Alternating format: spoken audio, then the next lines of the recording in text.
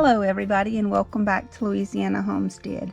I want to talk to you a little bit today about the prices of meat and why some of those prices could actually be what they are. It seems like a whole lot, $31 for almost 2 pounds of meat right here on a ribeye steak. And I mean, look, this is 2.22 pounds. This is $8.46 per pound. This one right here.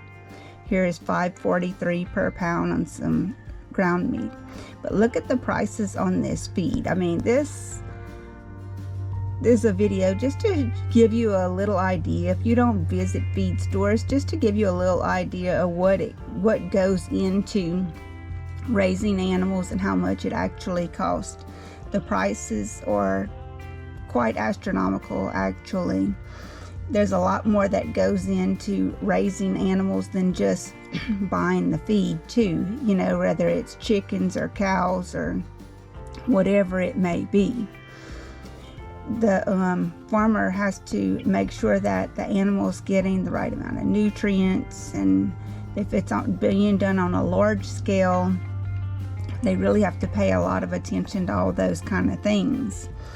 Now, these are different kinds of feed. I'm showing you some rolled oats and cracked corn and sweet feed and different things like that. But this is all common stuff that you would buy if you had these animals. Some of this stuff can be bought in greater bulk, of course, if you're raising a lot more animals. Look at the prices on these little chickens and ducks. This is per one, y'all. Straight runs, that means that could be any sex that you get for $4.99 on chickens. Most people's gonna want mostly females so that they'll lay, but if you buy straight run, that means you could end up with all roosters. You probably won't, but you probably end up with a lot of them. Here's some medicated crumbles for chickens, like little baby chicks. This is some flock raiser crumbles, 50 pounds for nearly 30 bucks. Some duck feed. Tractor Supply, this is where I was taping this at. I live in a farming community and I go to this store actually quite often. My son works at a feed mill, so I get most of my feed through him, which the prices are better at a local feed mill, and you would be helping a local feed mill. But a lot of people that have backyard chicken flocks and just a couple of cows will buy feed here, or horses. Here's some mineral blocks. That would be something you would need to consider. Fly control, that's something else. And that stuff is not cheap at all. Look at this, 60 bucks for this. And you would have to use that often. This is some sulfur blocks. That's to keep your animals healthy. That's for cows and stuff like that. General cattle need 2 to 3% of their body weight in dry matter feed daily.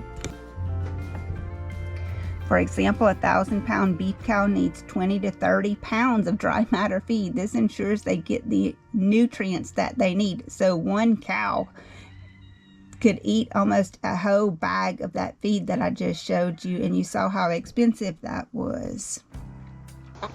Also, let's look at the chicken calculator. They have this on the internet. You can look at how many chickens that you want to raise. It looks like they're suggesting about 1/4 pound of feed per chicken.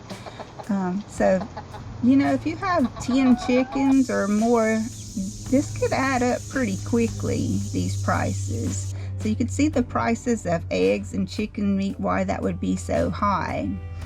And cows too, of course. Now, how much does a beef cow weigh at slaughter? Most cows weigh between 900 and 1,350 pounds when they're slaughtered.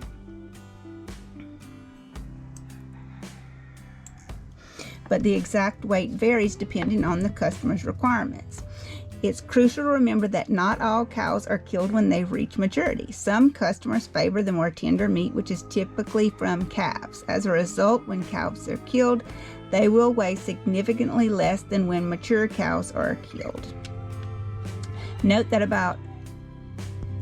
that the amount of flesh used for food is not equal to the overall weight of the cow. Instead, only about 65% of the carcass weight is used for food. For example, a cow weighing 1,200 pounds, the actual usable weight is only maybe 750 pounds. So also you might want to consider you have to fence these animals in. Look at the price on this barbed wire that most people would use, $109 to fence 1,320 feet. That's not very much, because you're gonna probably run 3 or 4 strands of it for each of those pins that you're using.